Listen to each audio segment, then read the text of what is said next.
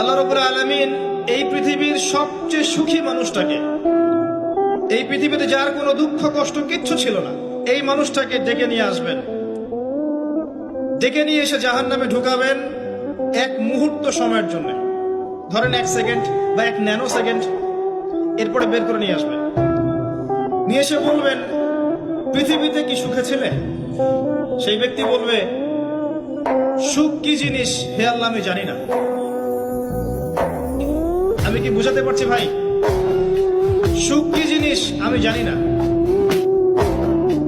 আর আল্লাহ রাব্বুল আলামিন এই পৃথিবীর সবচাইতে কষ্টে থাকা মানুষটাকে ডেকে নিয়ে আসবেন, এনে জান্নাতে ঢুকাবেন, ঢুকে এক মুহূর্ত সময় রাখবেন, বের করে নিয়ে আসবেন। বলবেন, পৃথিবীতে কষ্টে ছিলে?